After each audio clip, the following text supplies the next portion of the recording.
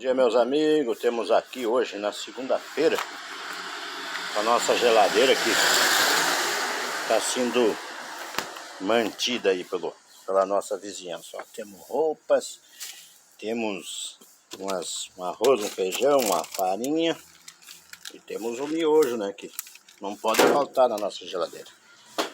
E hoje em especial eu quero fazer um agradecimento à Sofia, a Sofia Santi, de 7 anos, ó, que ela foi lá nas coisinhas dela, separou as coisas que ela não ia usar. Isso é muito gratificante, ó, e trouxe para nós colocar na geladeira aqui, ó.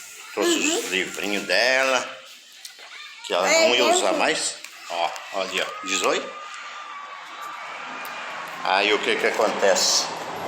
Trouxe até uma tiara das princesas. Obrigado, Sofia. Obrigado mesmo. Que num futuro próximo, minha gente, as crianças poderão contar a hora que ficar adulto. Havia uma geladeira comunitária que era para... E nós ajudamos a fazer ela funcionar. Obrigado, Sofia. Que Deus abençoe. E proteja sempre. Ó, tá tudo aqui as coisinhas. Depois eu vou colocar ali na geladeira para os livrinhos, as historinhas dela, ó. Que muitas crianças realmente nunca tiveram nem sequer um livrinho. Obrigado, Sofia, por manter a nossa geladeira, ajudar, fazer parte dos colaboradores que fazem funcionar a nossa geladeira. Que Deus abençoe e proteja sempre. Obrigado aí, Didi, por ter trazido, ó, temos as historinhas delas.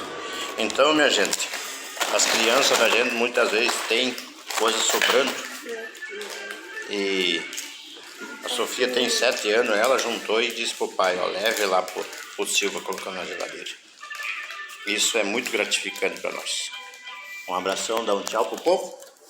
Tá muito ocupado aí. Temos vago, seu Ídio. Ó, chegou seu Ídio para cortar o cabelo. Nós temos ao vivo aqui, falando dos assuntos. Bom dia, moça. Pronto para nós. Um abração e uma boa semana. Opa aí,